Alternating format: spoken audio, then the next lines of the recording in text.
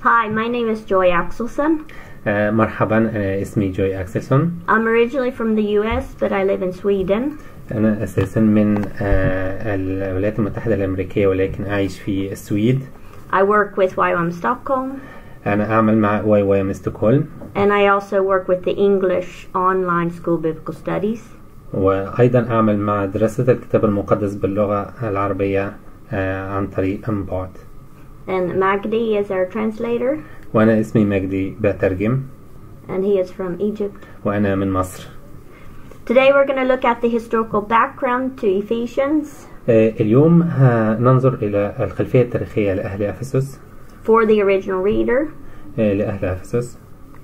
Ephesus was a leading port city of the richest region of the Roman Empire. أفسس كانت أكبر مدينة رائدة في أغنى مقاطعة للإمبراطورية الرومانية. It was the Roman provincial capital of Asia Minor. وكانت العاصمة الرومانية لمقاطعة آسيا الصغرى. And it was a prosperous commercial center. وكانت مركزا تجاريا مزدهرا. It served as the administrative and commercial hub of Asia Minor. وعرفت كمركز إداري وتجاري لآسيا الصغرى. It had 250,000 people. وكان فيها 250,000 شخص. Who came from different backgrounds. أتوا من جميع الخلفيات المختلفة. Such as from Egypt, Greece, Rome. مثل مصر واليونان والرومان. And it had a strong Jewish community. وكان لها جالية يهودية قوية. Artemis was the most prominent goddess in Ephesus. أرتميس كانت أشهر إلهة موجودة في أفسس. And she was the goddess of fertility. وهي إلهة الخصوبة. People regarded their relationship with her. وكان يعتبر الناس علاقتهم بها as a divinely directed covenant relationship. كعلاقة عهد إلهي معها. There was a huge temple dedicated to her. حيث كان هناك معبد ضخم خاص بها. And it was considered one of the 7 wonders of the ancient world. والذي يعتبر من عجائب الدنيا السبعة في العالم القديم. The Ephesians believed that she was born in Ephesus. أهل أفسس كانوا يعتقدون أنها ولدت في أفسس. And mystery rites were celebrated in the Artemis cult. حيث تم الاحتفال بطقوس سرية في معبد أرتميس. Because of this, Ephesus was known as a center for magic in ancient times. فكانت جزء من سبب معرفة مدينة أفسس بالممارسات السحرية في العصور القديمة. Prostitution and sexual rituals at the local temple were a part of everyday life. الدعارة والشعائر الجنسية في معبد محلي جزء من الحياة اليومية. In Ephesus there were up to 50 other gods and goddesses. وكان هناك أكثر من 50 إله وإلهة في مدينة أفسس. People normally worshipped more than one god. وعادة كان الناس يعبدون أكثر من إله. So Ephesus was a melting pot of all kinds of religions, gods and goddesses. وكانت أفسس بوتقة لكل أنواع الديانات والآلهة. So they all got mixed together. والذين اختلطوا بعضهم البعض. The mystery religions were also prevalent in Ephesus. الديانات أو العبادات السرية كانت أيضا شائعة جدا في أفسس. And I will give us a general summarization of a few things that the mystery religions promised. وسوف أعطي بعض النقاط العامة التي تعد بها أو تحكي عنها هذه الديانات. They promised freedom from the evil body. هم يعدوا حرية من الجسد الشرير. Because remember that they would consider that the body was evil. وحتى تتذكر أن الجسد هو شر. But the spirit would have been pure and good. لكن الروح كانت نقية وجيدة. They also promised enlightenment and privileged or mystery knowledge. ويعدون أيضا بالتنوير والمعرفة السرية. They would promise access to the heavenly places. هم يعدوا بالدخول إلى الأماكن السماوية. And union with the god or goddess. أو الاتحاد بالإله أو الإلهة. They were called the mystery religions because the initiation process and rituals were kept secret. وقد سميت هذه الديانات بالديانات السرية لإخفاء بدايات هذه العبادات والطقوس السرية. There was a fear of superstition and of the unknown spiritual world. فكان هناك خوف من المعتقدات الخرافية والعالم الروحي المجهول. The rituals were secret. فكانت الطقوس سرية and they couldn't be revealed to those outside the group. ولا يمكن كشفها لمن هم خارج المجموعة. Otherwise, the person would be punished by the gods. وإلا يتم معاقبة هذا الشخص من قبل الآلهة. A general summary of the mystery religions. التلخيص عام لبعض من هذه العبادات السرية. Because the world was evil and separated from the spiritual world, ولأن العالم كان شرير ومنفصل عن العالم الروحي. the only way to approach this world was through special secret knowledge. فكان الطريق الوحيد للوصول إلى هذا العالم الروحي خلال معرفة سرية خاصة. Which led to higher spirituality. والتي تقود إلى مستوى روحاني أعلى. Into unity with that god or goddess. في اتحاد مع الإله أو الإله. The mystery religions could have different levels of spirituality. والديانات السرية والعبادات السرية لها مستويات مختلفة من الروحانية. These different levels were ruled by many gods. كل مستوى محكوم من رياسات وقوى. Or powers. وقوى. These forces guarded each level. وهذه القوى تحرس كل مستوى. And had to appease to pass by to the next level. ولابد من إرضائها حتى تصل إلى المستوى الآخر. The idea of redemption or new birth was present in each mystery religion. فكرة الفداء والميلاد الجديد كان موجود في كل ديانة سرية. In which the deity would redeem the person from everything earthly and temporal. والتي يفدي فيها المعبود سواء الإله أو الإلهة الشخص من كل شيء أرضي أو زائل. The cults used many different means to affect the emotions. فكانت عمل الناس في هذه العبادات من منطلق طقوس عاطفية. And imaginations of initiation and hence to bring about union with the gods. وتقود إلى اتحاد مع الإله. Like they had fasting. كان يعتقد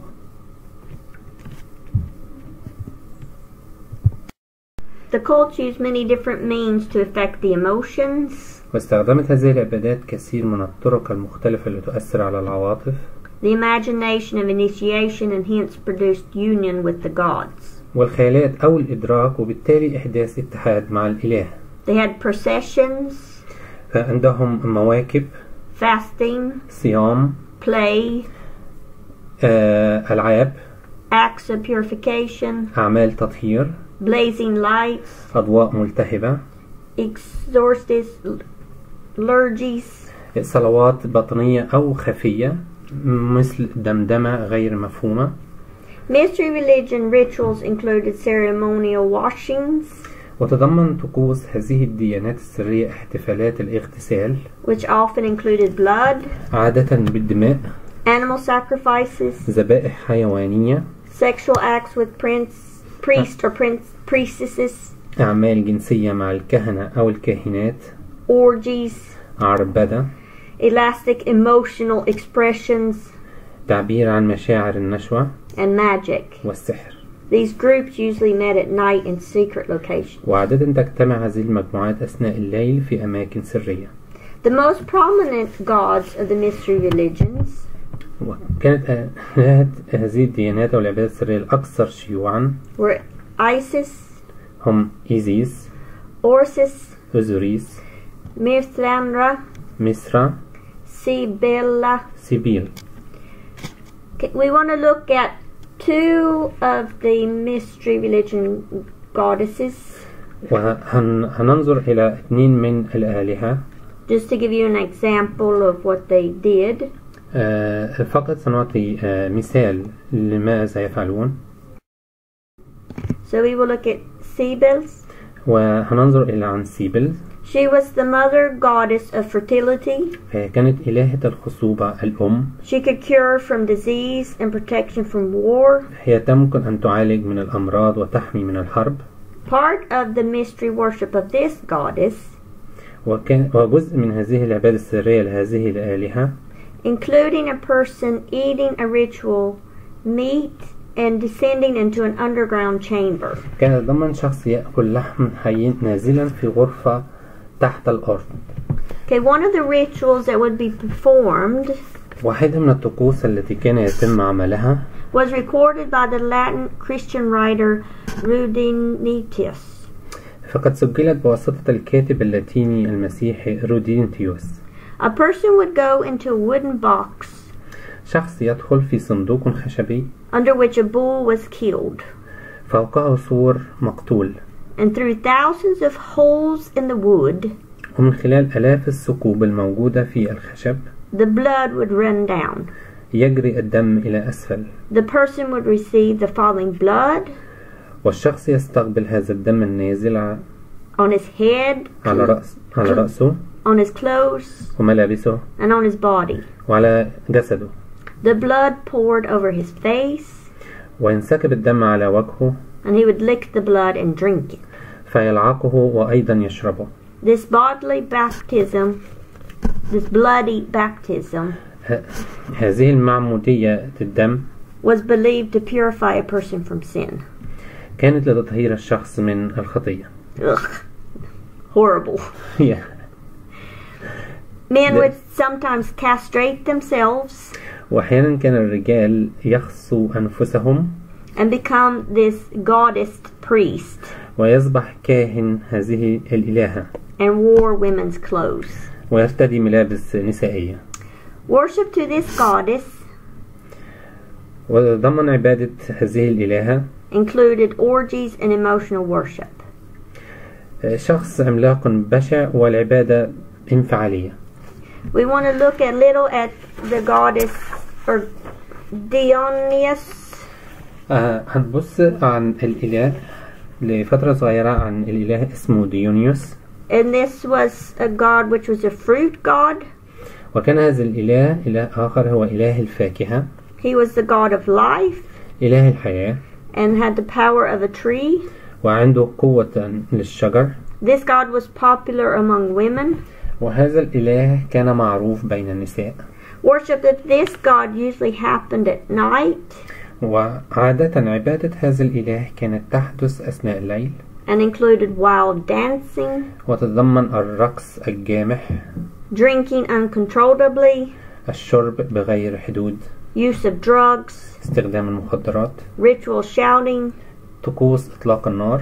Crazy dancing. رقص مجنون. And sexual rituals. طقوس جنسية. The worship to this god also included the killing of animals. وأحيانا تتضمن عبادة هذا الإله قتل الحيوانات. And eating their raw flesh. وأكل اللحم الحي. So the mystery religions were horrible. لذلك الدهنات أو العبادات السرية كانت مفزعة. Magic was also a huge part of life in Ephesus. السحر كان جزء ضخم من الحياة في أفسس. It was a part of all the religions. كان بعيدا عن كل الديانات.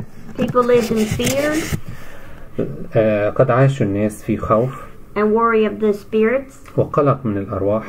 Magic provided a way for people to deal with their fear.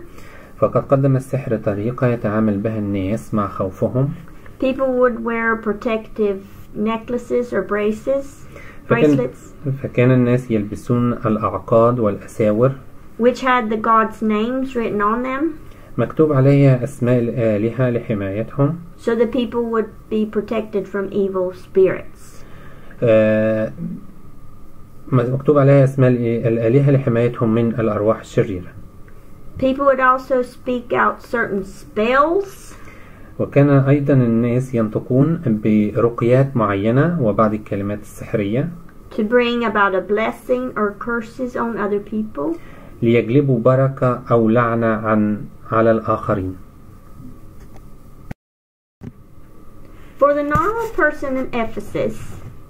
وبالنسبة للشخص العادي في أفسس. They would have been surrounded by gods and temples. كانوا محاطين بالآلهة والمعابد.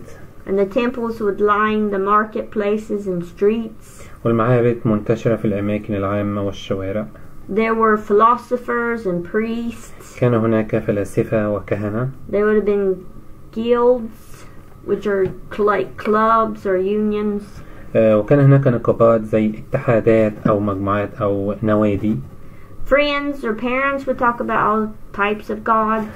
أصدقاء أو أباء يتحدثوا عن كل أنواع الآلهة and goddesses on a daily basis. والإلهات في الحياة اليومية. They would often wear jewelry with the name of the god or goddess or demon. وغالبا كانوا يرتدون مجوهرات مكتوب عليها أسماء الإله والإلهة أو الشيطان. And these jewelry would have magic inscriptions to protect the person from evil spirits. بطريقة سحرية لتحمي الشخص من الأرواح الشريرة. Magic and fear of the spirit world and demons. السحر والخوف من العالم الروحي والأرواح الشريرة was a normal part of everyday life. كان شيء طبيعي من الحياة اليومية. Religion was such a part of the culture. كان الدين جزء كبير من الثقافة. Of the family structure. من كيان الأسرة. And of the economic structure in the New Testament. والكيان الاقتصادي في العهد الجديد. In those days, people were more dependent on their extended family. وفي هذه الأيام كان يعتمدون الناس على العشيرة. For their economics. في الاقتصاديات. For their education. والتعليم. And for their social network. والعلاقات الاجتماعية. So that when somebody became a Christian, وعندما يصبح الشخص مسيحي, they were often kicked out of their social support group. يطرد خارج التدعيم الاجتماعي للمجموعة. And often their financial support was gone. وينتهي التدعيم المادي له. This is why it was so important that the church community supported. لهذا السبب كان من المهم جدا للمجتمع الكنسي أن يدعم and helped each other in love and unity. ويساعد بعضهم البعض في محبة واتحاد.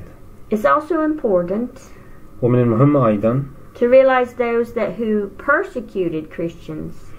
مهم أيضا أن نعلم أن من اضطهدوا المسيحيين did so out of religious, political and economic motivations. فعلوا هذا بدافع ديني واقتصادي وسياسي. So all of this religious background فكل خلفيات هذه العبادات caused some problems that the original reader had to deal with after becoming saved. سببت مشاكل والتي وجب التعامل معها بعد الخلاص. With the fear of the evil spirits. مع الخوف من الأرواح الشريرة. There would be a temptation for them to keep the household gods and continue in their cantations. سيكون هناك إغراء للحفاظ على الأصنام المنزلية ومواصلة تعويذاتهم. The problem of immoral lifestyle. المشكلة في أخلاقية. Their old lifestyle wasn't a part of Christianity. وأسلوب حياتهم القديم لم يكن جزء من المسيحية. And there would have been a tension between the Jews and the Gentiles. وكان هناك توتر بين اليهود والأمم.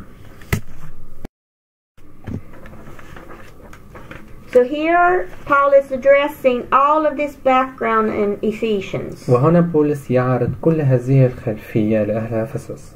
So some of the concerns or struggle for the original reader might be لذلك بعض المخاوف والصراعات لأهل أفسس قد تكون Can these powers still harm me?